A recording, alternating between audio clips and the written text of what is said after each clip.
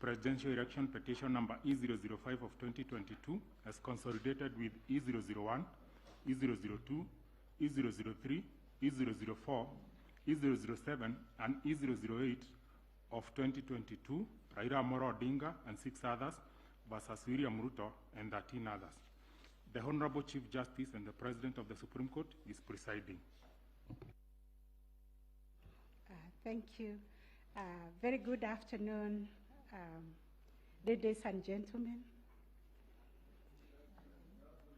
Yes, this is the judgment of the court, which is delivered pursuant to Rule 23(1) of the Supreme Court Presidential Election Petition Rules 2017 in the presidential election held on the 9th August 2022. This is an abridged version of the judgment. The full judgment will be delivered after 21 days. Kenya is a sovereign multi-party democratic state whose foundations are firmly spelled in the Constitution. The Kenyan people's quest for electoral reforms since independence is well documented. That notwithstanding, and even without going back to the pre-1992 era, every cycle of elections has been highly contested, with the exception of 2002. This speaks to a background of distrust of the administration of our electoral process. Informed by this setting, Kenyans made a decision to vest the Supreme Court with the jurisdiction to determine questions regarding the validity of a presidential election under Article 140 of the Constitution. The reactions following the declaration of results of the presidential election of 9th August 2022 shows that the Independent Electoral and Boundaries Commission, IEBC, has not yet garnered universal public confidence and trust in the internal management of the Commission and elections. On the 15th August 2022, 6 days after the general elections were held, Mr. Wafula Chebukati, the chairperson of IEBC, announced the following results. Raila Odinga, 6.942,930 votes, representing 48.85%. William Ruto, 7.176,141 votes, representing 50.49%. David Wahiga, 31,987, representing 0.23%. George Wajakoya, 61,969, representing 0.44%. Based on the aforementioned results, the chairperson of IEBC declared William Samoei Ruto the first respondent, the presidential candidate for the United Democratic Alliance Party, as the president-elect. This declaration has precipitated a total of 9 presidential petitions that are filed before us, to wit, number 1, presidential election number 001 of 2022, John Njoroge Kamau versus Wafula Chebukati and 3 others, and Raila Amolo Odinga and 7 others named as interested parties.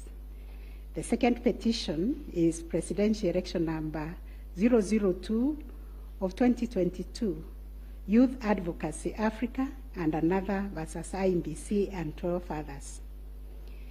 Third petition, presidential election petition number 003 of 2022, Kerif Karifa and 3 others versus IMBC and 3 others. Fourth petition, Presidential Election Petition number 4 of 2022, David Kariuki Ngari versus IMBC and 9 others. 5, Presidential Election Petition number 5 of 2022, Raila Amolo Odinga and another versus IMBC.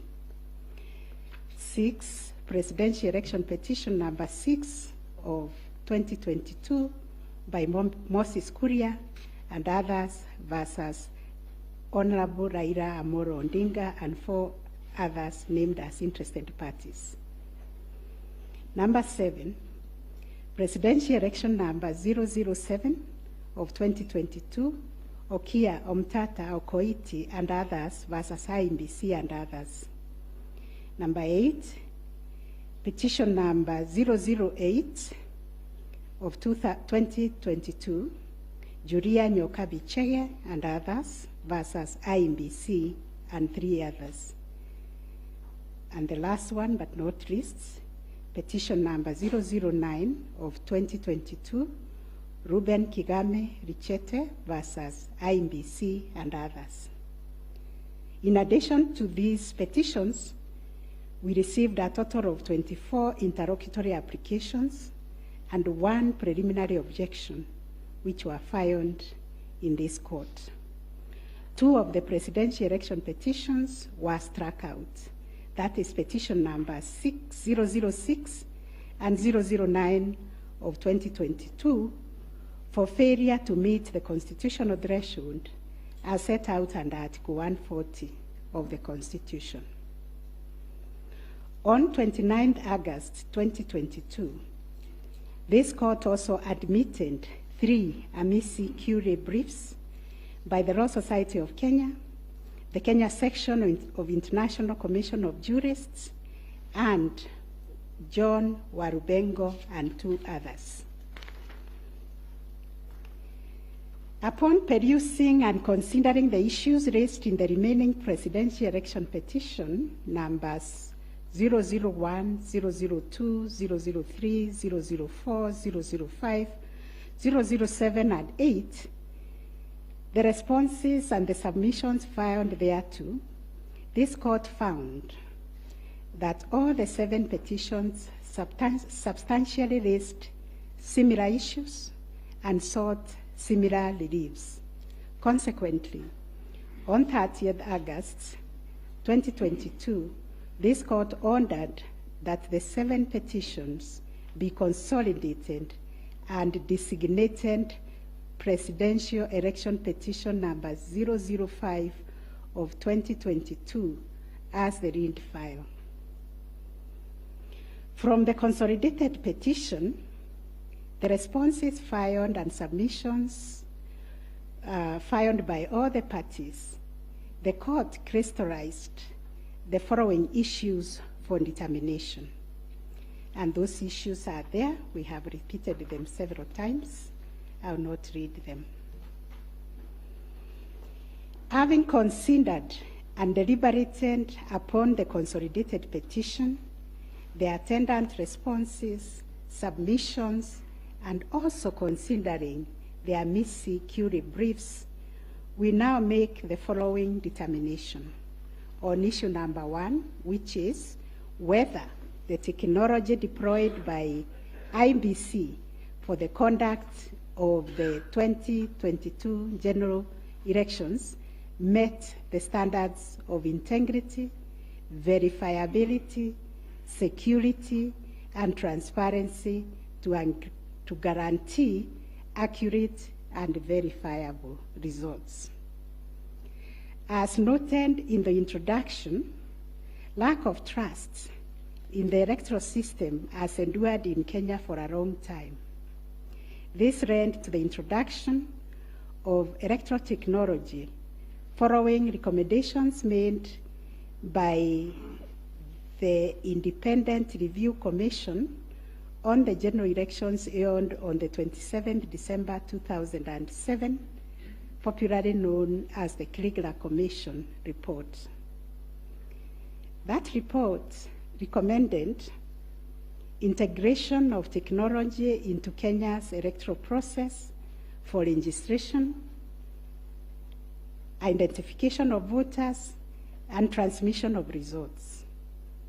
These were enacted in Section 44 of the Elections Act 2011.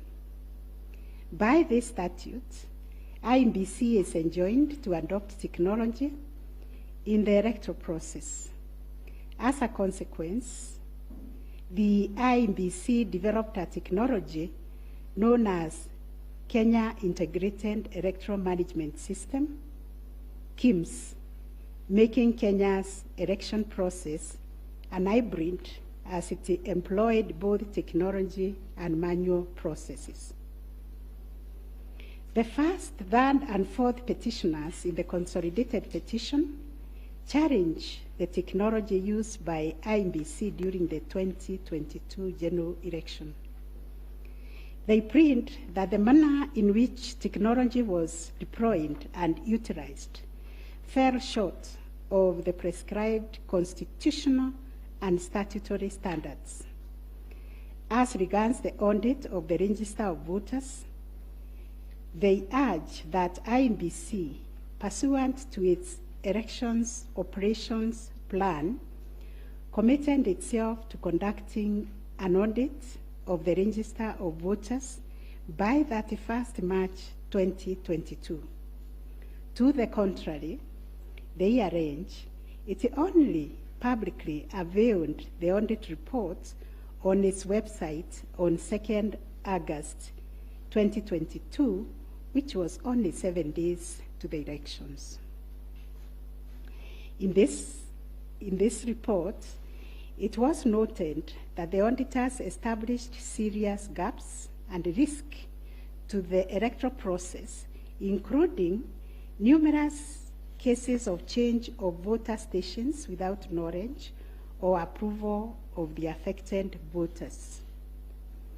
Grant of voter update privileges in IEBC, IDMs, to 14 user accounts and related to voter registration. Reducing the accountability of user activities in the register of voters. Presence of 11 active generic accounts on the MBIS application and the 2 MBIS users with the same logging identification. Risking unauthorized system users, possible interference, change of particulars on the activation of voters in the system. IEBC's failure to set up access, decertification, and user activity review process. And IEBC was also arranged to have failed to respond to requests by auditors for crucial information. On the integrity of the technology deployed, it was the case for the seventh petitioner that in order to comply with Article 86 of the Constitution and Section 44 of the Elections Act, the technology deployed must be simple, accurate, verifiable, secure, accountable, and transparent. On the simplicity of technology, the seventh petitioner contends that the KIMS kit failed the tests as they were not easily usable by ordinary citizens without expert knowledge. They further assert that IEBC was expected to procure and put in place a technology necessary for the conduct of the general election at least 120 days before the election and ensure consultation with the relevant agencies, institutions, and stakeholders. Furthermore, the petitioners arranged that IEBC violated its constitutional duty by delegating the design, implementation, and conduct of the KIMS components of the election to a foreign company, Smartmatic International Holdings, BV. As a result, IEBC staff and the public did not have full comprehension of the KIMS component. They conclude, therefore, that IMBC abdicated and surrendered its role to conduct elections to Smartmatic, and that IMBC vigorously fought any attempt to subject Smartmatic's activities to accountability and transparency, including the safeguards required by Regulations 61, 69, and 75 of the Elections General Regulations 2012. In response, IMBC has submitted that the electoral system met the constitutional threshold, that all the necessary information was accessed only by the authorized persons. The information was accurate, complete, and protected from malicious modification, either by authorized or unauthorized persons. IMBC maintained an audit trail on activities related to information, and that the information was available and could be authenticated through the use of various security features. In further response, IMBC contended that they engaged KPMG on 7th April 2022 to conduct an audit of the register of voters, which was submitted on 18th June 2022. In addition, it issued a briefing on the report on 20th June 2022, summarizing the thematic areas therein and disclosing its findings as well as actions taken to remedy the issues identified. It also conducted its annual audit in compliance with Regulations 11 and 12 of the Election Technology Regulations 2017, and a certification of compliance issued to it on 3rd August 2022.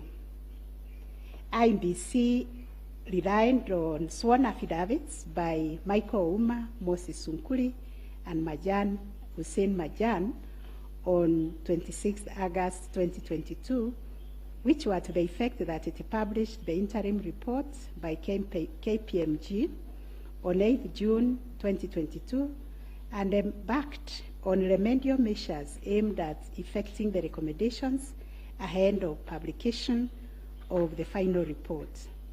It was ascertained that it could not publish the full final audit report, as doing so would compromise the integrity and security of the electoral technology system, considering the provisions of the Data Protection Act, which imposes a duty to protect the data of Kenyan voters.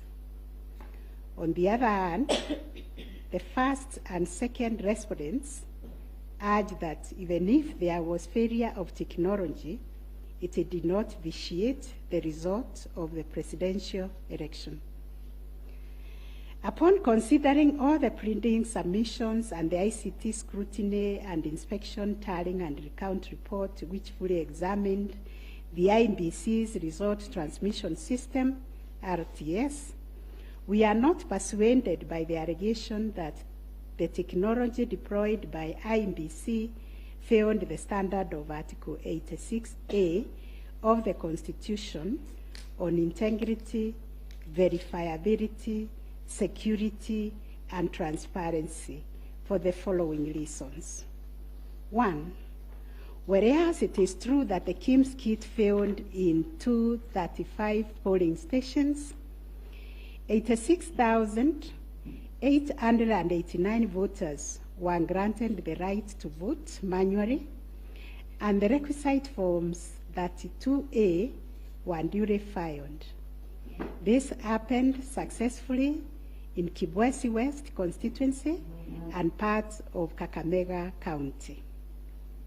2, while the audit report was released to the public 7 days before the 9th August election, the register of voters was used at the election without any apparent anomalies. 3, Smartmatic was procured to provide the necessary technological infrastructure, as IMBC did not have the capacity to do so. No credible evidence meeting the requisite standard of proof of access to the system by unauthorized persons was adduced by the petitioners. The scrutiny report prepared by the registrar of this court did not reveal any security breaches of the IMBC's RTS. IMBC successfully deployed a biometric voter register system which captures unique features of a voter's facial image, fingerprints, and civil data to register and update voter details across the country and also in the diaspora. The BVR captures a voter's facial image, fingerprints, and civil data, which features are unique to each of the voter. In compliance with Section 6A of the Elections Act 2011, IMBC opened the register of voters for verification of biometric data by members of the public for a period of 30 days. Thereafter, the register was revised to address issues arising from the verification exercise. KPMG then audited the register, and we are satisfied that the inconsistencies and inaccuracies identified during the audit were somewhat successfully addressed. The second issue was whether there was interference with the uploading and transmission of Forms 34A from the polling station to the IMBC public portal. The first petitioner arranged staging that a person who had access to the RTS intercepted, detained, or stored Forms 34A temporarily to convert or manipulate it before uploading it on IMBC's public portal.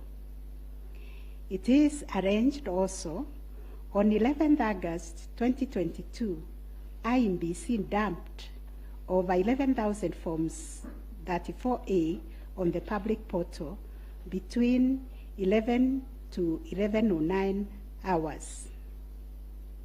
To rebut this allegation, IMBC and its chairperson, in their response dated 26th August 2022, denied staging and unauthorized intrusion of the RTS. In that regard, they urged that every image of Form 34A was uploaded immediately after the transmittal of results. The form was received as evidence by the timestamp. Similarly, the first respondent denied these allegations. Our finding: 1, no credible evidence was presented to prove that anyone accessed the RTS to intercept, detain, or store Forms 34A temporarily before they were uploaded to the public portal. The allegation that 11,000 Forms 34A were affected by staging was similarly not proved. 2, the allegation that IMBC, its officials and strangers used a tool to tamper with the Forms 34A before converting them to the portable document format, that is PDF, that eventually appeared on the public portal, was sufficiently explained when IMBC demonstrated how KIMS captured and transmitted the image of Form 34A. Accordingly, we dismiss that allegation. 3, during the ICT scrutiny, it turned out that the transmission logs produced in the affidavit of Justice Nyangaya were of no probative value. The registrar's report shows that the original forms 34A from the contestant polling stations, which were allegedly intercepted, were exactly the same as those on the public portal, and the certified copies that were presented to this court pursuant to the provisions of Section 12 of this Supreme Court Act 2011. 4, regarding the allegation that the integrity of the public portal was compromised, this was disproved by evidence of consistent attributes such as unique timestamps, uniform PDF conversions at the polling stations, correct polling station mapping, and consistent KIMS reporting from verification to transmission of results. 6, the RTS was configured on a virtual platform network, VPN, and the SIM cards locked to a specific polling station. The server was also configured to accept results only from authorized and properly mapped KIMS kits. In our view, the petitioners failed to produce credible evidence to the contrary. 7, a review of some of the logs presented as evidence of staging showed that they were either from logs arising from the 2017 presidential election or were outright forgeries. In our considered view, there was no evidence of a man-in-the-middle server configured to the IEBC's VPN network, and no evidence was produced to show that the chairperson of IEBC and staff were part of the arranged conspiracy to stage the transmission process.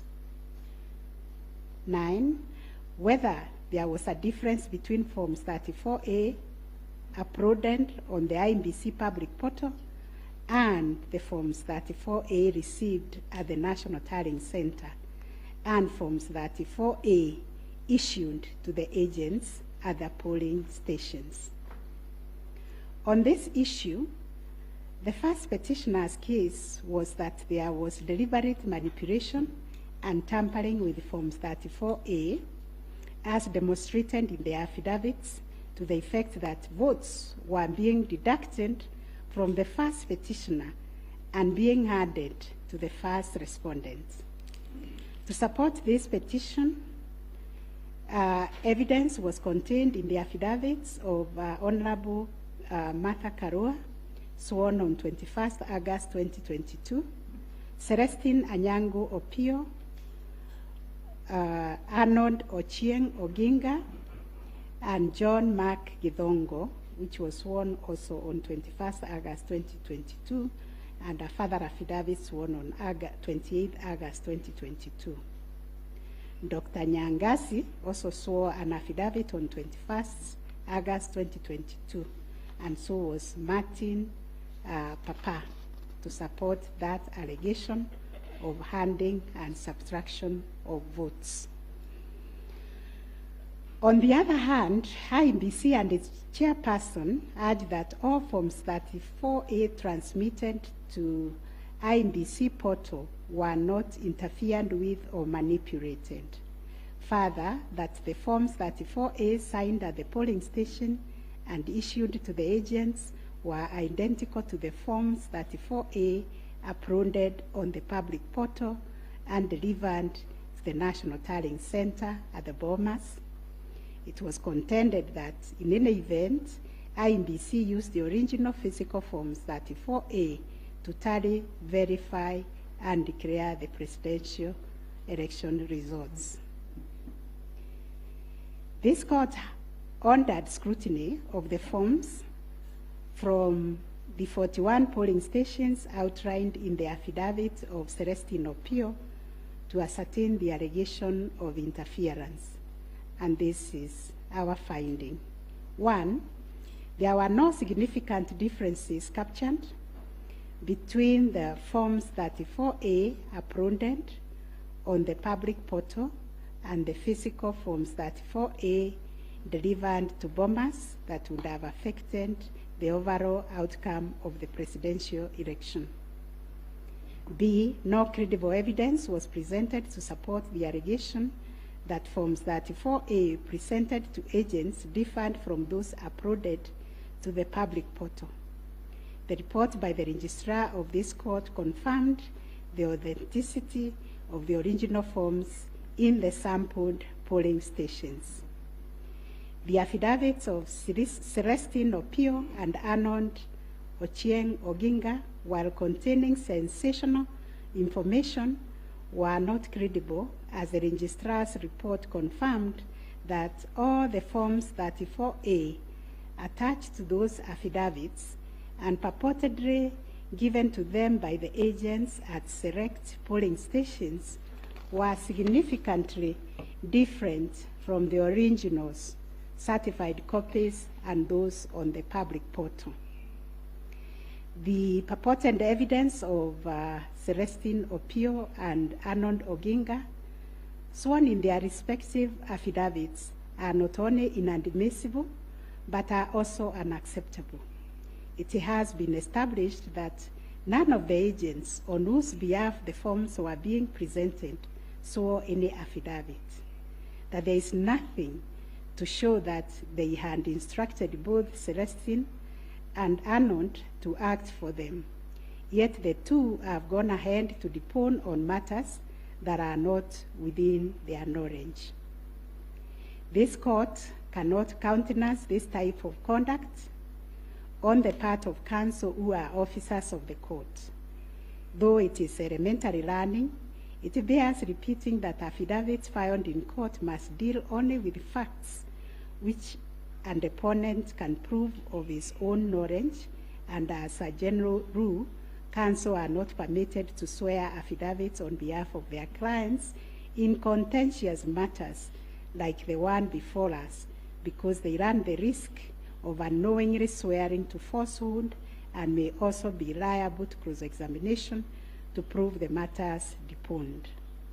We must remind counsel who appear before this court, or indeed before any other court or tribunal, of the provisions of sections 113 and 114 of the Penal Code that swearing to falsehoods is a criminal offense, and two, that it is an offense to present misleading or fabricated evidence in any judicial proceeding.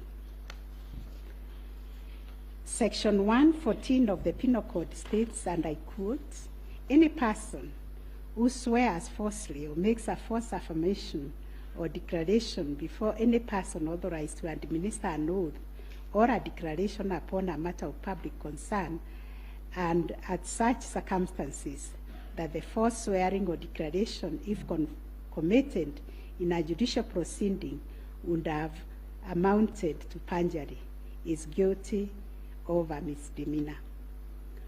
One of the most serious losses an advocate may ever suffer is the loss of trust by judges for a long time.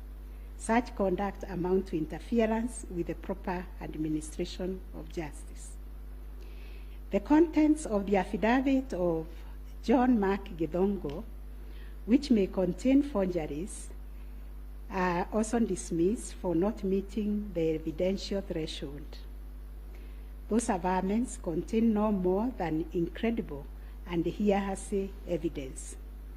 No admissible evidence was presented to prove the allegation that Forms 34A were fraudulently altered by a group situated in Karen under the direction of persons named in the affidavit, and video clip attached to it.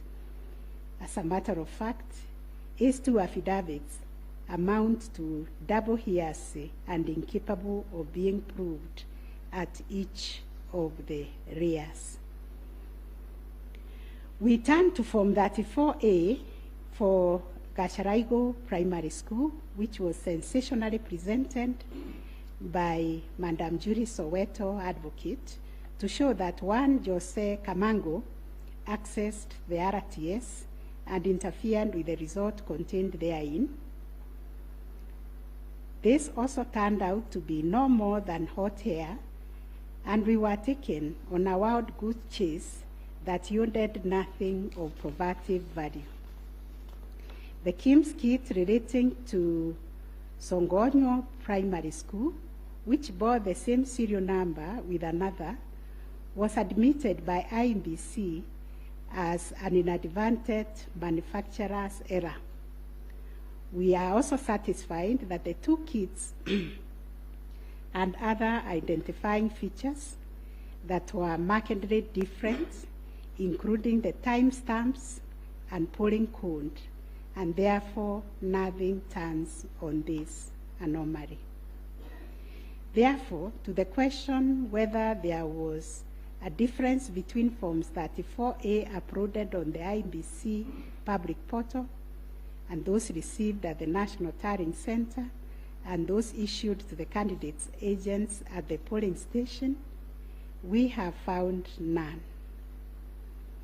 Issue number 4, on whether the postponement of gubernatorial elections in Kakamega and Mombasa counties, parliamentary elections in Kitui, Rural, Kachiriba, Rongai, and Pokot South constituencies, and electoral ones in Yaki West, in North Imenti constituency, and Koanjenga in Embakasi South constituency, resulted in voter suppression to the detriment of the petitioners, and especially in petition number 5 of 2022.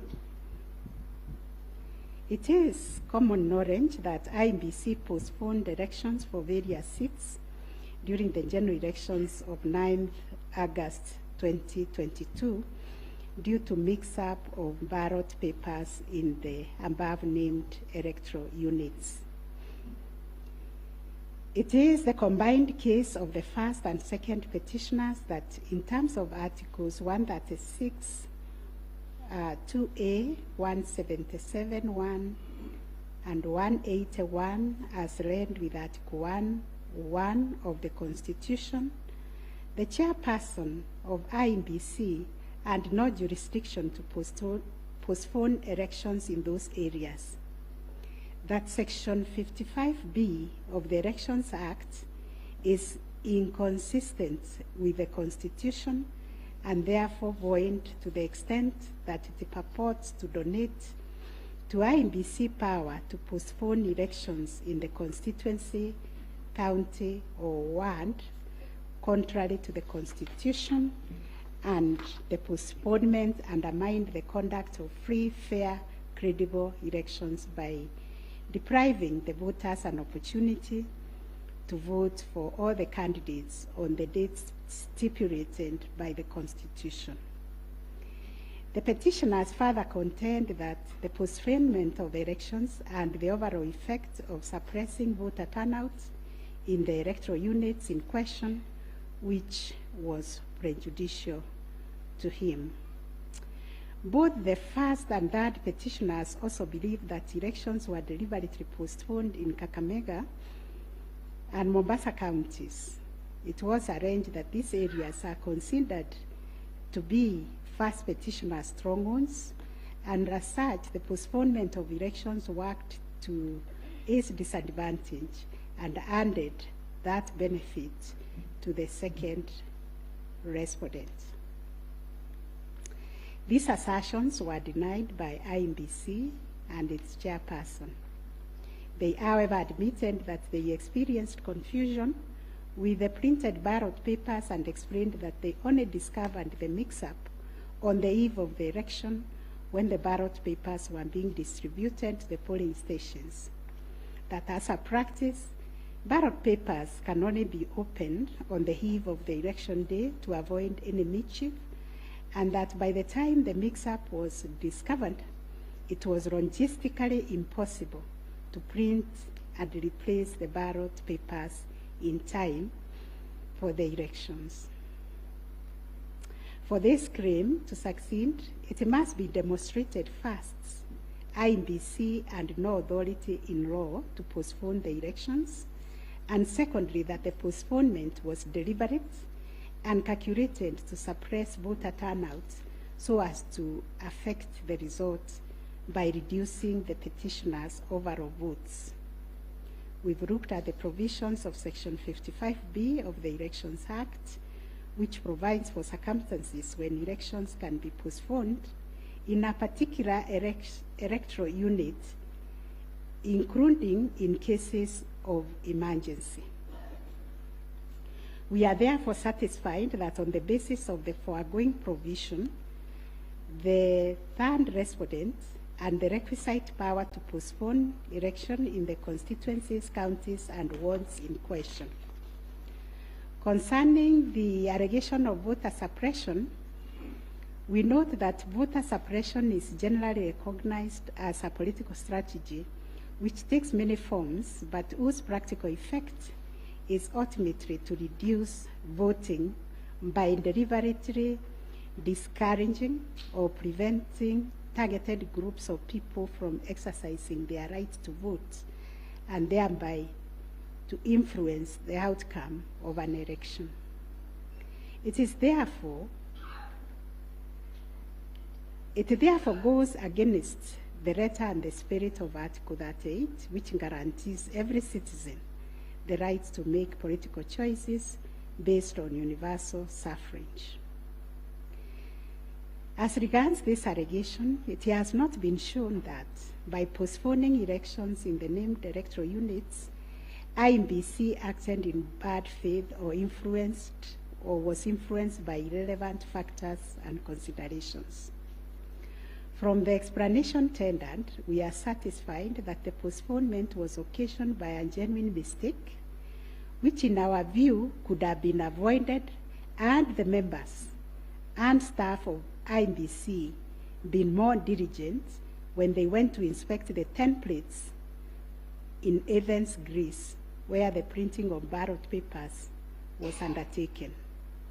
In the absence of any empirical data, we cannot find a basis upon which to conclude, as a matter of fact or evidence, that the postponement affected voter turnout, as a consequence of which the first petitioner alone, as a presidential candidate, suffered disadvantage.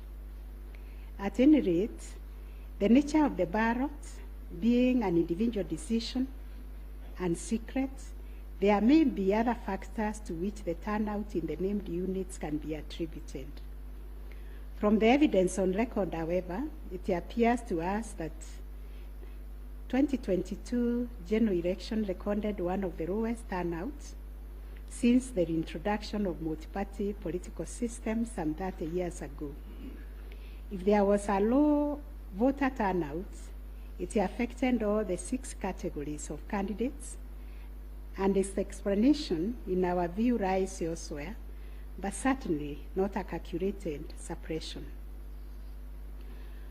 On the other hand, in rebuttal to these claims, INBC illustrated with examples to our satisfaction that there was no nexus between the postponement of elections and voter turnout in the affected units, far from the fact that this claim was undoubtedly just another red herring.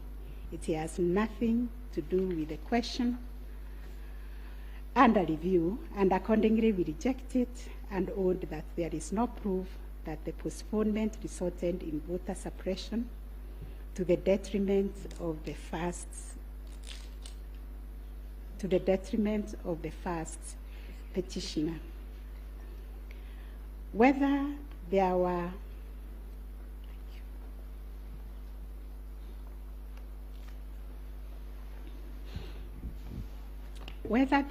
unexplainable discrepancies between the votes cast for presidential candidates and other elective positions. Issue number 5. The first petitioner was categorical that there was systemic ballot stuffing in certain counties, mainly in the Rift Valley and central parts of Kenya, where, according to him, a total of 33,208 votes were cast for president only, without corresponding votes for the other elective positions. On the part of INBC and the chairperson, while acknowledging that indeed in some instances there was vote differential between those cast for president and for other positions, but maintained that they were insignificant, and those instances related to votes by prisoners and citizens in the diaspora who only vote for the president but did not take part in other elective positions. The differential also includes rejected ballot papers and stray votes which do not count as valid votes. The well-established principle that the person who asserts a fact must prove it casts the burden upon the first petitioner to demonstrate that there were instances of ballot stuffing of such a magnitude as to justify the nullification of the presidential election. Ballot stuffing, which is an illegal addition of extra ballots, is a type of electoral fraud aimed at swinging the results of an election towards a particular direction. Not a single document has been presented by the first petitioner to prove systemic ballot stuffing. A figure of that 3,208 votes relied on in this claim is based on unproven hypothesis that since the number of votes cast for the president is higher than those for other positions, then, without more, it must follow that there was fraud. We find that fraud is a serious criminal offense, and it must be proved beyond reasonable doubt under Section 5N of the Election Offences Act. It is indeed an offense for a person to vote more than once in any election. IBC has provided a plausible explanation for the vote differential, citing categories of voters who only vote for the president, such as prisoners and Kenyans in the diaspora. There were an insignificant number of stray votes whose combined effect cannot justify nullification of the election. Finally, on this point, a general election in Kenya comprises of 6 different separate elections held concurrently on the same day.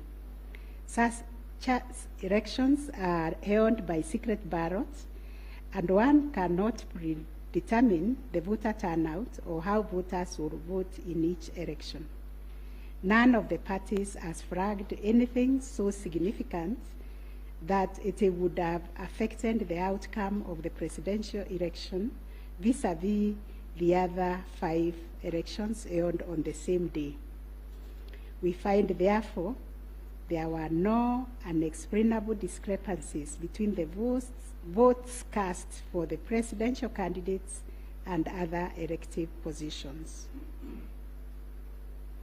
On issue number 6, whether IBC carried out the verification, tallying, and declaration of results in accordance with Article 138, 3C, and 138.10 of the Constitution. This issue arises from the printings in all the petitions as consolidated. Based on the said printings, the affidavits sworn in support thereof, and the written and oral submissions by parties, two viewpoints regarding the meaning, scope, and application of Article 138, 3C, and 10 of the Constitution have been advanced. On the one hand, the petitioners submit that pursuant to the foregoing provisions, the role of verifying and tallying of votes as received from polling stations countrywide is vested in the Commission as a corporate entity and not the chairperson of the Commission. It is their argument that the chairperson cannot undertake this task to the exclusion of other commissioners. They submit that the language of Article 138.3c does not envisage a situation where the chairperson can arrogate to himself unfettered authority to verify and tally the results at the National Tallying Center without involving the other commissioners. Such action, they contend, would not only be unconstitutional, but would be sufficient ground without more to nullify an election of a president-elect. In support of their argument, the petitioners cite the Court of Appeal decision in IMBC versus Mainakiai and 5 others as affirmed by this court in the case of Raila 2017. The petitioners further submit that Regulation 87.3 of the Election General Regulations is unconstitutional to the extent that it purports to vest the power of verification and tallying in the chairperson of IMBC. On the other hand, the first, second, and third respondents submit that power to verify, tally, and declare results of a presidential election at the National Tallying Center is the exclusive preserve of the chairperson of IMBC. According to them, there is nothing unconstitutional about Regulation 87.3 of the Elections General Regulations. The said regulation, the respondents submit, makes no mention of commissioners other than the chairperson. At any rate, the respondents argue Article 138(3)(c) of the Constitution does not envisage a situation where it is the commissioners who personally undertake the task of verifying and tallying the results as entered into the thousands of Forms 34A.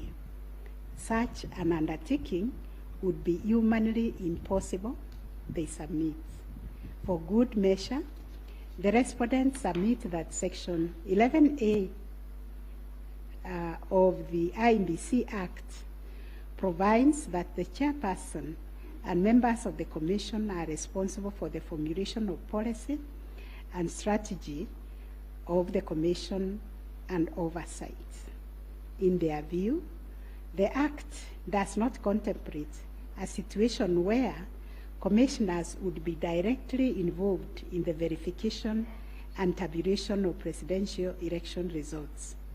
The task of verification and tallying, as stated by the respondent, is executed by the staff of the Commission under the direction and supervision of the Commission Secretary, who in turn reports to the chairperson. As to whether the chairperson acted unilaterally in verifying and tallying the presidential election results at the National Tallying Center, the petitioners claim that he did. This is what happened. It is the petitioner's case that the chairperson published an illegal Gazette Notice number 4956 of 2022, in which he designated himself as the presidential returning officer, a position unknown in law and the Constitution. Having done so, the petitioner states that the chairperson proceeded to conduct the verification and tallying process to the exclusion of other commissioners, each of whom he had assigned territorial roles and related to the verification and tallying exercise.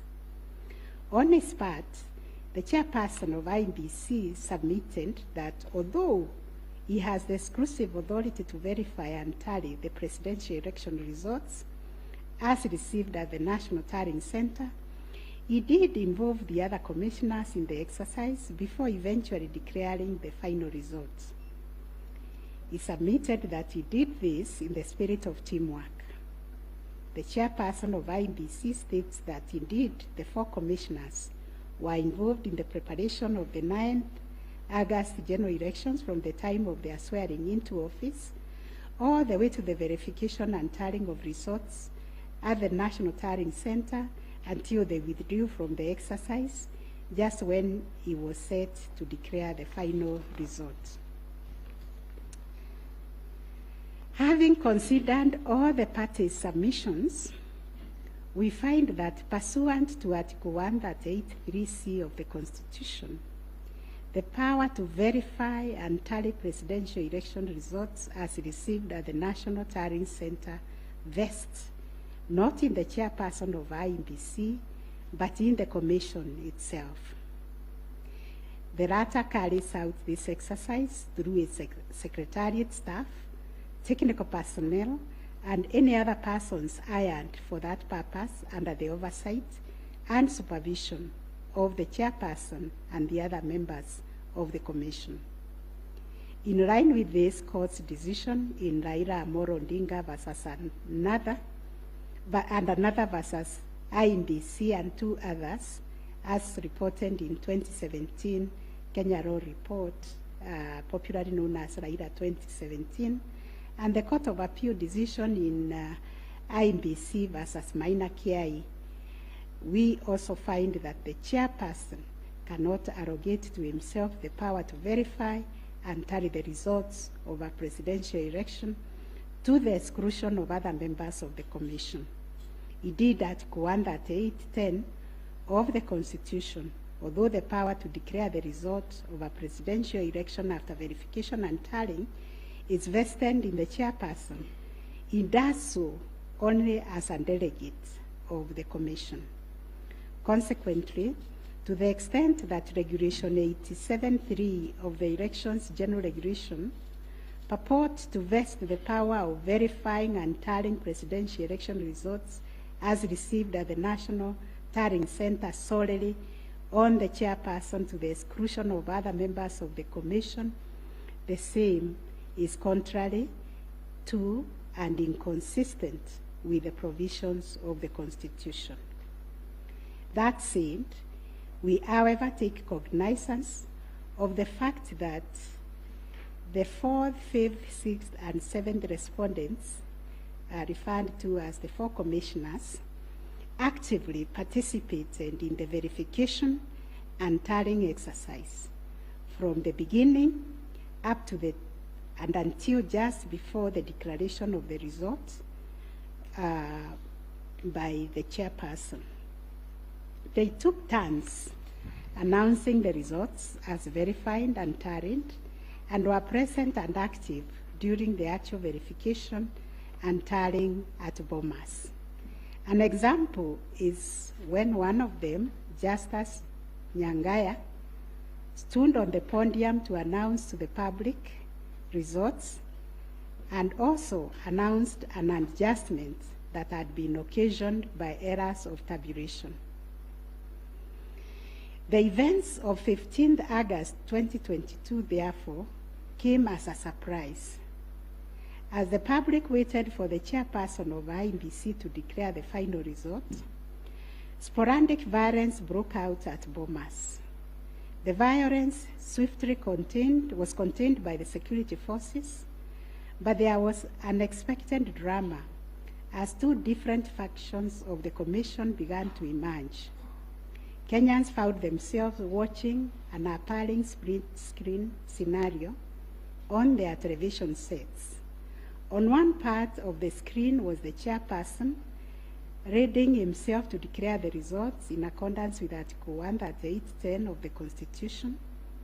On the other part of the screen were the 4 commissioners on the runs of the Serena Hotel, Nairobi, from where they announced that they would not own the results that were soon to be declared by their chairperson. The 4 commissioners informed the public of their rejection of the yet-to-be-announced results, terming them opaque due to the manner in which the chairperson had been conducting the verification and tallying exercise. In his affidavit dated 25th August 2022, Justice Nyangaya averred that the chairperson's actions during the tallying and verification exercise at Bomas made it difficult to ascertain the total number of votes cast and the actual number of votes attained by each candidate, so as to enable him authoritatively state the commission and declared accurate results.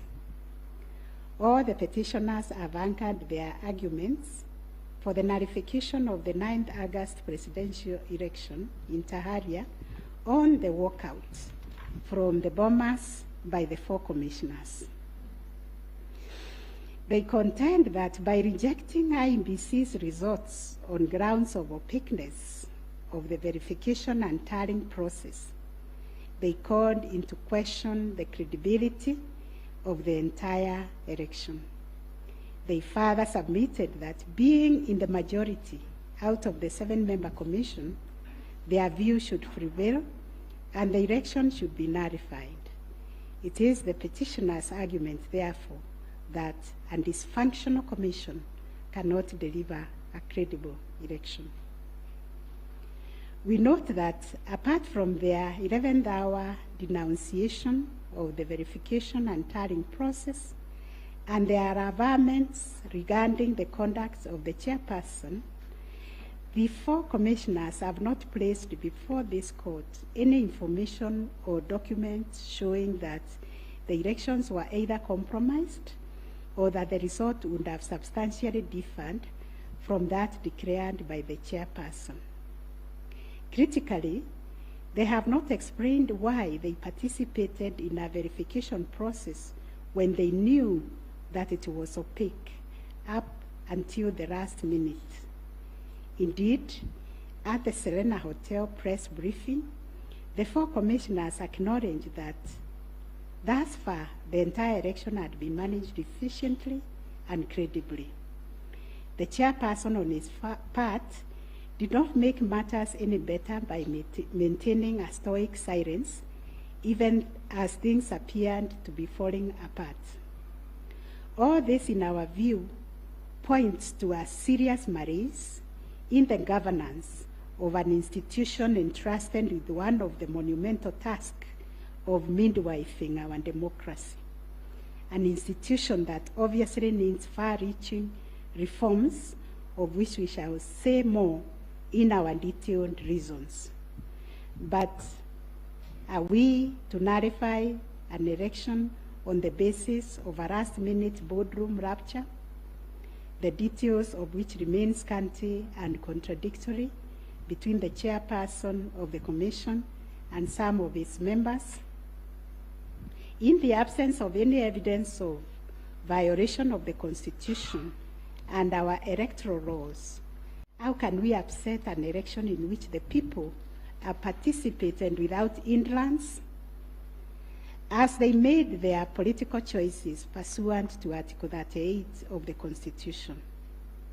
To do this would be tantamount to subjecting the sovereign will of the Kenyan people to the quorum antics of IEBC. This we cannot do. Clearly, the current dysfunctionality at the Commission impugns the state of its corporate governance, but does not affect the conduct of the 2022 election. In view of the foregoing, we are satisfied that notwithstanding the divisions apparent between the chairperson and the 4 commissioners, IEBC carried out the verification, tallying, and declaration of results in accordance with Article 138(3)(c) and 10 of the Constitution. Issue number 7, whether the declared President-elect attained 50+1 of all the votes cast in accordance with Article 138 of the Constitution.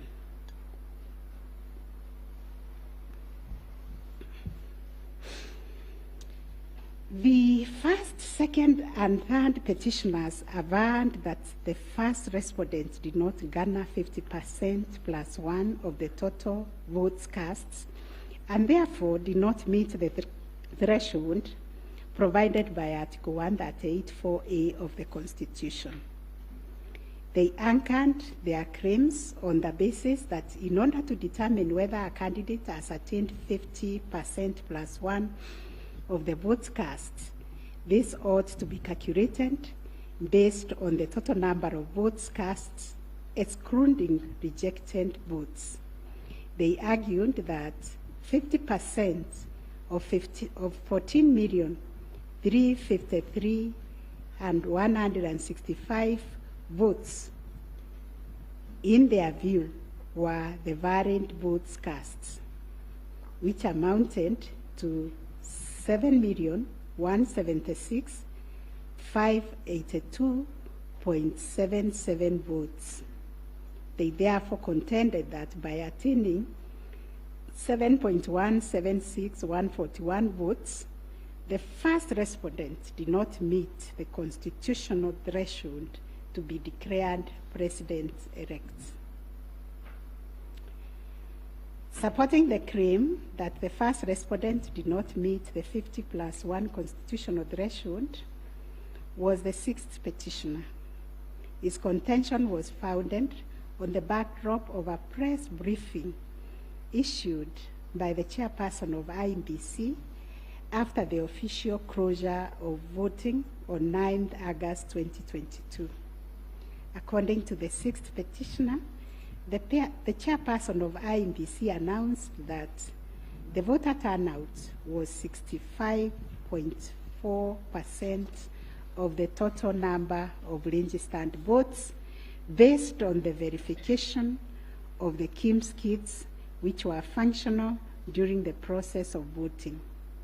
In addition, the sixth petitioner urged that the voter turnout of 65.4% did not include some 238 polling stations where the KIMS kit had malfunctioned, necessitating use of the manual register.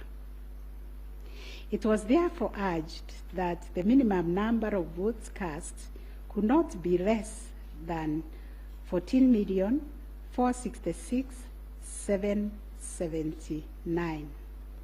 Additionally, that this number was bound to increase once the number of votes from the areas that use the manual register were included. The sixth petitioner further claimed that a summation of the minimum number of votes cast and unturned manual votes would represent the actual voter turnout. In challenging the declaration made by the chairperson of IEBC, the sixth petitioner warned that the final tally, published in Form 34C, only accounted for 14,326,641 votes cast, including some 113,614 rejected ballots. The sixth petitioner contended that this tally did not factor in some 140,138 votes cast using the manual register. The sixth petitioner computed this number by subtracting 14,326,641 declared votes cast from 14,466,779 generated by the sixth petitioner as representing 65.4% of the voter turnout.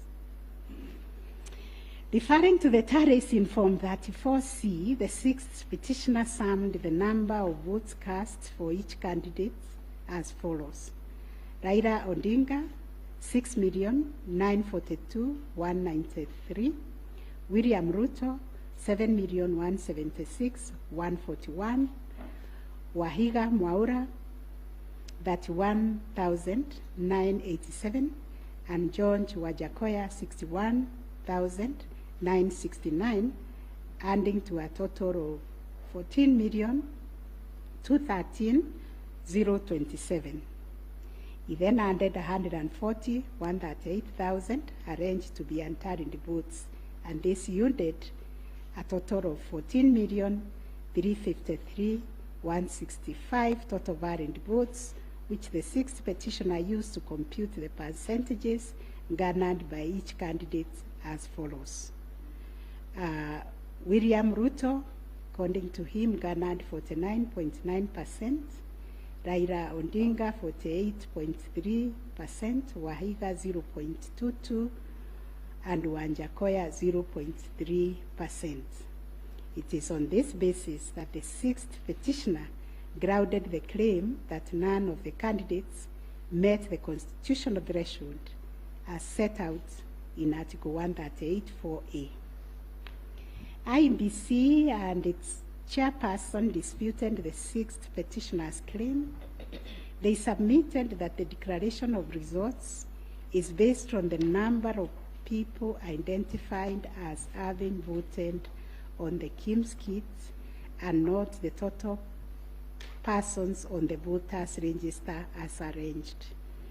They contended that the final voter turnout, comprising of the voters who were identified through the KIMS kit and those who voted manually, was 64.76% and not 65.4% as arranged by the petitioners. They urged that the announcement error by the chairperson of IEBC on 10 August 2022 was immediately clarified during the same press briefing, and evidence of this correction was provided to this court in an affidavit of the first and second respondents in Presidential Election Petition number 7 of 2022. According to IEBC and the chairperson, 14,239,862 voters were identified using the KIMS kit, while 86,889 voters were identified using the printed voter register. Therefore, the total valid votes cast were 14,213,137, while the total number of rejected ballots were 113,614, constituting 14,326,751 total votes cast. They illustrated that the first respondent garnered 7.176,141 votes against 14,213,137 total valid votes cast, yielding a percentage of 50.49 to meet the requisite constitutional threshold for a candidate to be declared president-elect. In the upshot, the percentage attained by each candidate was as follows: Raila Odinga 48.84%, William Ruto 50.48%, Waiga Mwaure 0.22%, and George Wanjakoya 0.43%. IEBC and its chairperson also submitted that the KIMS kits malfunctioned in 235 polling stations, necessitating the use of the printed voter register. In these polling stations, backup KIMS kits were later deployed for purposes of results transmission. The first respondent, in response to the question of 50+1 constitutional threshold, maintained that he attained the threshold under Article 138(4) of the Constitution as elaborated by the IEBC and the chairperson. This court has considered the differing formulas and threshold arguments presented by various parties to this petition, while the first, second, and third petitioners raised pertinent questions connected to this issue. We shall address them together with those of the sixth petitioner, who has addressed and focused on the issue as specifically framed in detail. It must be restated that the case made by the sixth petitioners concerns a data-specific threshold as enunciated under Article 138(4) of the Constitution, that without attainment of which there can be no declaration. This data-specific threshold is what this court declared in John Aaron Mwau and two others versus IEBC and others. Petitions numbers 2 and 4 of 2017, consolidated, referred to as the ultimate yardstick for determining the winner in a presidential context. In Raila Odinga and 5 others versus IEBC, petition number 5, 3, and 4 of 2013, this court asserted that rejected ballot papers do not constitute a vote cast to be included in calculating the final tally in favor of our presidential candidates. We are not persuaded by amicus curiae's brief, that is Law Society, who attempted to persuade us to consider our position on this finding. We reiterate that rejected votes cannot be taken into account when calculating whether a presidential candidate attained 50% plus one of the votes cast in accordance with Article 138(4) of the Constitution. Similarly, in the same Raila 2013 case, the court further laid down the parameters of burden and standard of proof in electoral disputes. More specifically, the burden and standard of proof required in disputes challenging the outcome of a presidential election. And this is what the court said, I quote, "In the case of data-specific electoral requirements, such as those specified in Article 138(4) of the Constitution, for an outright win in the presidential election, the party bearing the legal burden of proof must discharge it beyond any reasonable doubt." The question that follows was whether the petitioners challenging the attainment of 50% plus one constitutional threshold and the computation by the sixth petitioner in general met the standard of proof settled by this court in Raila 2013 case. The premise of the sixth petitioner's percentage computation was a press briefing made by the chairperson of IEBC on 10 August 2022, when the evidential burden shifted to IEBC and its chairperson, as it does in election cases. They produced video evidence correcting the percentage voter turnout to read 64.6 at the time of the briefing. This percentage, however, did not include reports from all the KIMS kits and 86,889 voters who were identified manually using the printed register of voters. In our view, the assertion by the sixth petitioner that the percentage voter turnout was firstly predicated on the uncorrected percentage given by the chairperson of IEBC was negated by evidence adduced to prove the correction. Secondly, the sixth petitioner based his percentage of voter turnout on the total number of registered voters, while the chairperson of IEBC made reference in the press briefing to the number of registered voters who were identified through the KIMS kits progressively. The sixth petitioner also asserted that rounding off of votes cast in a presidential election as a means of assessing the threshold under Article 138(4) of the Constitution kills and bars voters, which is illegal and unconstitutional.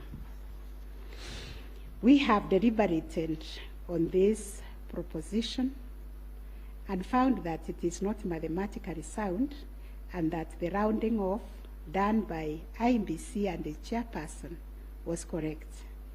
Consequently, we find that the petitioners did not provide a watertight case to warrant the setting aside of the results of the presidential election on the basis of not having met the threshold provided under Article 138(4)(a) of the Constitution.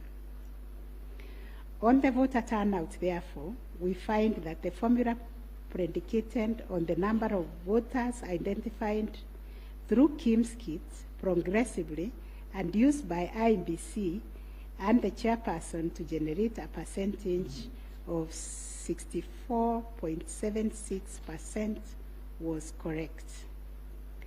Having settled the issue of voter turnout, we must ask ourselves whether in the making of the declaration, the chairperson of IEBC applied the formula in Article 138(4) of the Constitution, which is total votes cast less rejected votes divide by 2 must always give 50% plus one vote.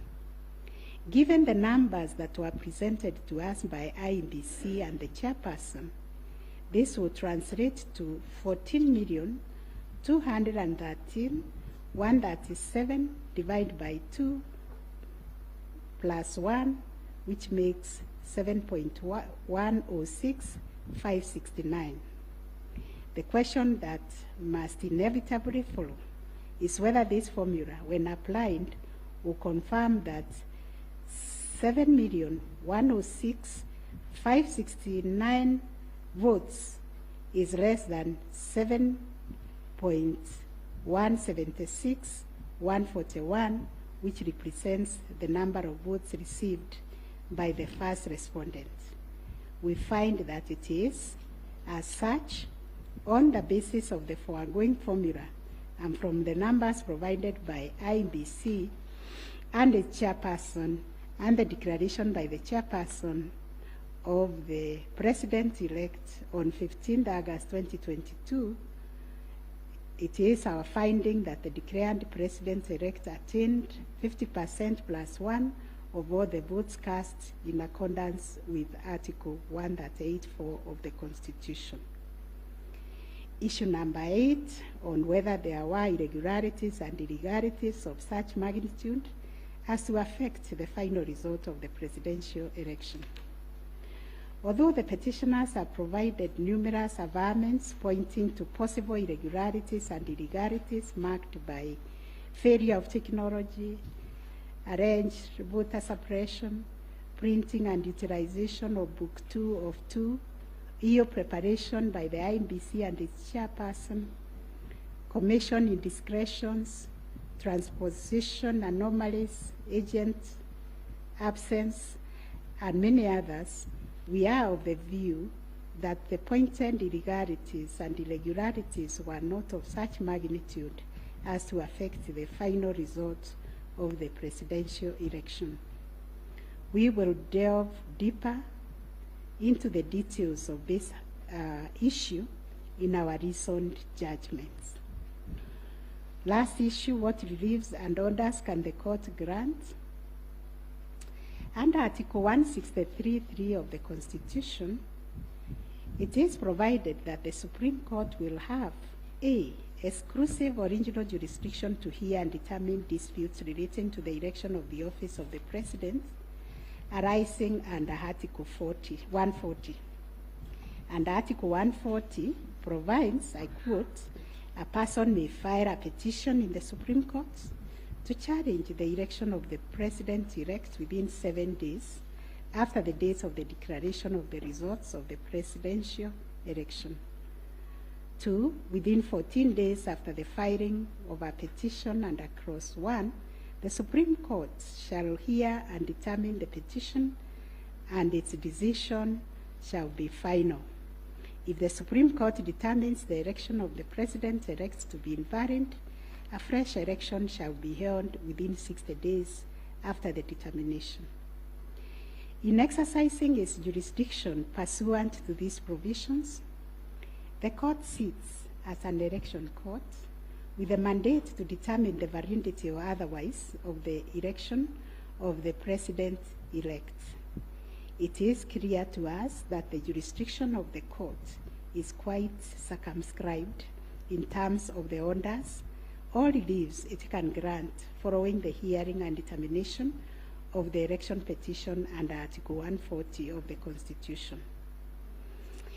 In the event the court determines that the election of the President-elect is invalid, it must make an order nullifying the election. Consequently, it has also to make an order directing IEBC to hold a fresh election within 60 days after the determination. Should the court determine that the election of the President-elect is valid, it shall issue a declaration to that effect.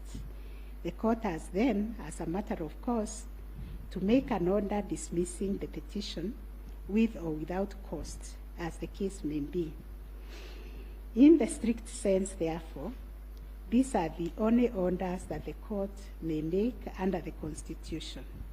The court cannot assume jurisdiction that goes beyond the purview of Articles 163(3) and 140 of the Constitution. However, nothing stops the court from issuing orders or reliefs by way of recommendations. Indeed, since 2013, this court has issued many recommendations arising from the determination of 3 petitions challenging the election of the president-elect. The recommendations are meant to improve our electoral landscape and hence aid in the development of our democracy. In this regard, this court has been greatly aided by the contributions also of the amici curiae, and the court places a heavy premium on those briefs that were filed and those which were admitted. The final orders made by the courts. This is a unanimous decision of the court, and we make the following orders. 1, the presidential election petition number E005 of 2022 as consolidated with the presidential election petition numbers E001, 2, 3, 4, 7, and 8 of 2022 are hereby dismissed. As a consequence, we declare the election of the first respondent as president-elect to be varied under Article 143 of the Constitution. This being a matter cutting across the public interests, we order that each party do bear their own costs. It is so ordered. And finally, the court has asked me to also acknowledge, although we'll do it in the long draft, the enormous contribution made by counsel in these proceedings, and also the orderly way the counsel, all the advocates and parties conducted themselves. They remained seated throughout the proceedings. That is the judgment of the court, a unanimous one. We shall issue a media summary to help the media summarize the case. I think that is all. Thank you very much for coming.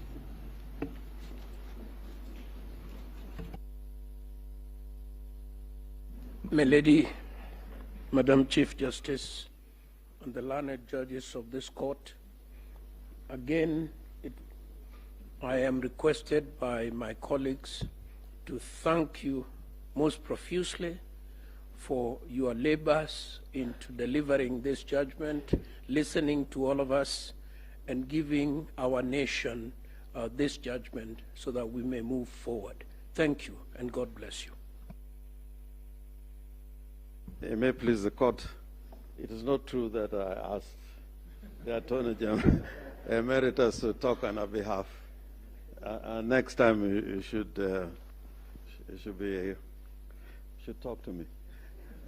Let me similarly, on behalf of the lawyers for the counsel for the first and second petitioner, thank the court, and it has been a journey, worthwhile journey, sitting through these proceedings, and we thank the court for your patience and for the delivery of this judgment within the time stipulated.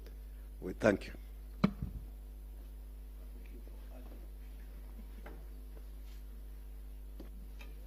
Madam President, members of the court, I wish to request just a couple of minutes for the chairperson of the Law Society of Kenya to make a few remarks in appreciation of the work that the court and Kenyans have done on this exercise, if you allow. Thank you. I call upon Mr. Eric Theuri to come and make his remarks. It is also his birthday. I would have sung happy birthday for him.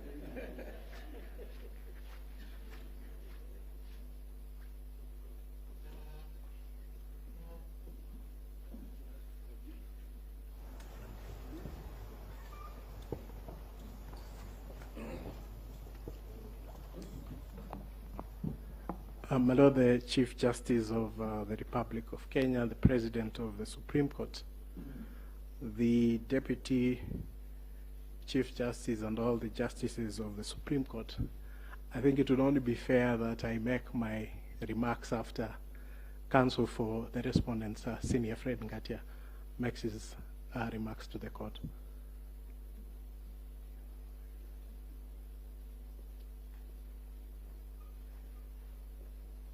Madam Chief Justice, thank you very much. It's so kind for the President to acknowledge that age goes before youth. Mine is to thank the Court, to thank my learned friends for the effort we all expended. We thank this Court for clarifying certain issues, and we look forward to a less corrosive 2027. Thank you very much.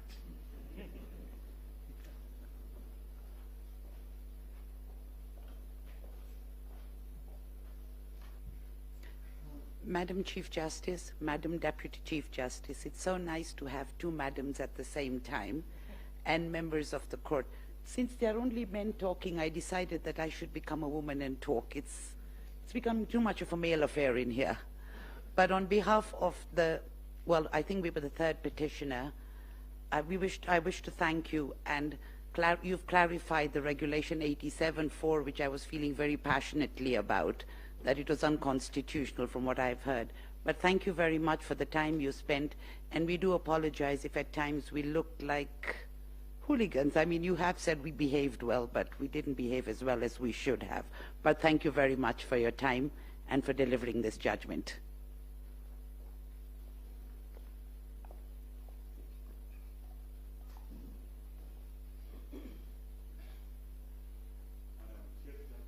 Madam Chief Justice, Madam Deputy Chief Justice, members of the court, I, on behalf of Attorney General, take this opportunity to thank you most sincerely for a great job done and for the courage to clearly define the limits of the law, which will help us empower IBC on the way forward, and hope that this might be the last of the petitions after elections once we carry out a proper elections based on your guidelines. Thank you.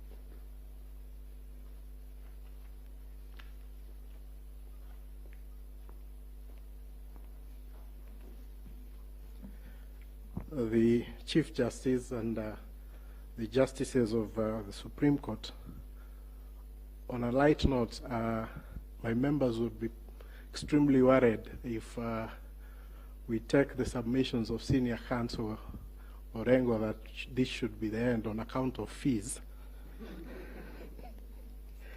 But my lady, Chief Justice, on behalf of the Law Society and all the members of the society, we wish to, first of all, take this opportunity to thank the court in the manner in which it has conducted these proceedings, extremely efficient, especially in light of the really short and strict timelines that you've had.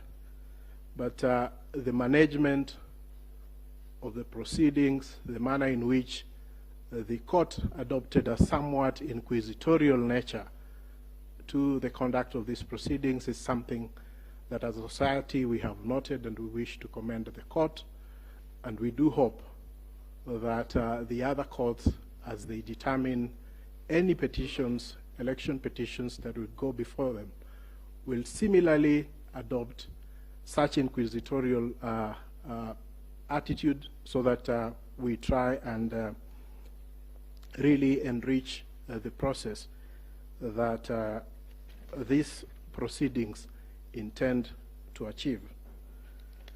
Secondly, I wish to also thank the council, all the advocates who have appeared before you. They have demonstrated extremely high standards of decorum and courtesy, and have also demonstrated a flair for persuasion of the court, including the use of PowerPoint, and of course the now famous Pinky Pinky Ponky mimic. But all that really, I'm sure, has demonstrated, especially to the younger members of the society, how to conduct themselves before the court and how to really prepare a persuasive brief. And we thank all the advocates who appeared before this court for the good work that they have done. And of course, as a society, we feel extremely proud that they have been able to raise the profile of the advocates in this country a notch higher from their presentation.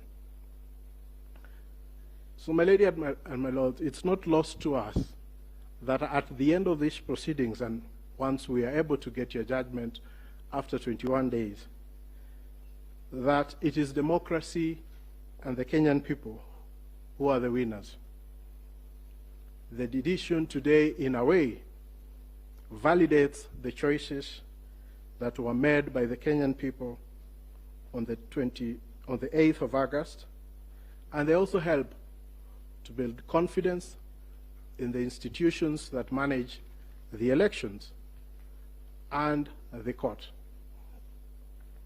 We recognize that no country is born as a democracy, and that it is a process, and the process of challenging an election, as has happened before this court, is part of the processes of building confidence within the electoral system.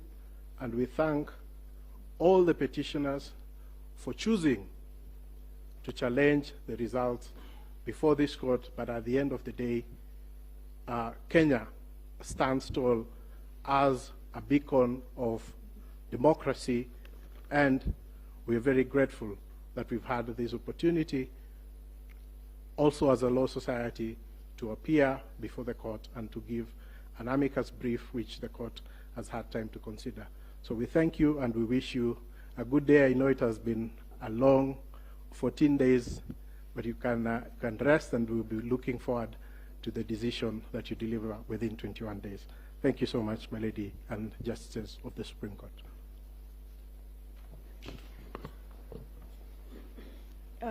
Thank you, Mr. President. I have been asked by the President of our court to react to your submissions, and in so doing, I am obliged to say that we are truly humbled by the statements that you have just made. More humbled because those statements come from both sides of the divide. And thank you for appreciating what we have to do within a very short while.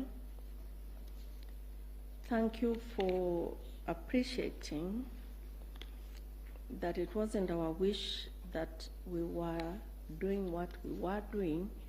We were doing the wish of the Constitution of Kenya 2010, the laws of the Republic, the facts of the cases that you placed before us, and the evidence in rebuttal.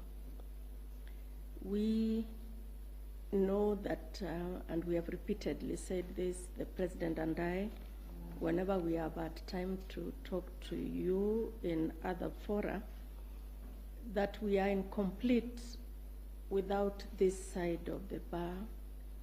We are incomplete without the advocates. We thank you. We will get opportunity to do that in the main judgment, in the reasoned judgment.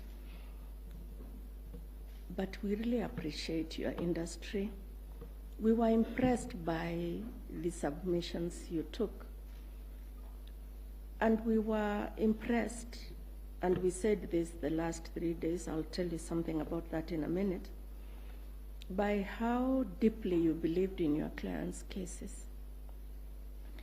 That we think is a mark of an extremely grown legal profession, and we ask that you do not bring the bar down. You keep taking it up. In any contest of whatever nature, And even if we say there are no winners and losers, and even if we say that the winners are the Constitution and the people of Kenya, the truth is that some 6 million Kenyans will not be happy today. But that's the nature of the work we do. What we hope, and we hope you can advise your clients and our brothers and sisters that are the Kenyan people, that that is what was expected. One side had to win. One side had to be in total or a great extent of compliance with the Constitution and electoral law than the other side. That's how we saw it. We thank you very much. We, the 7 of us, have not slept since we parted company on Friday. I think it is showing on our faces. And we thank you that you appreciate that we work under difficult circumstances, especially because of time. As ground rules, we agreed when we left you here on Friday that we would not pick any of your calls. A lot of you called us, but we just couldn't pick your calls. And I hope you understand that we couldn't. We saw that you were trying to call us, but we just could not pick the calls. I hope you understand. And now if you allow us, again, on behalf of these 7 men and women, thank you very much for appreciating what we have to do. Thank you for giving us the honor to serve this country in these capacities. And let's hope that we can continue to grow our democracy this way. And thank you very much for everything you also do for the country. And now you allow us to go home and sleep. Thank you. The court is adjourned.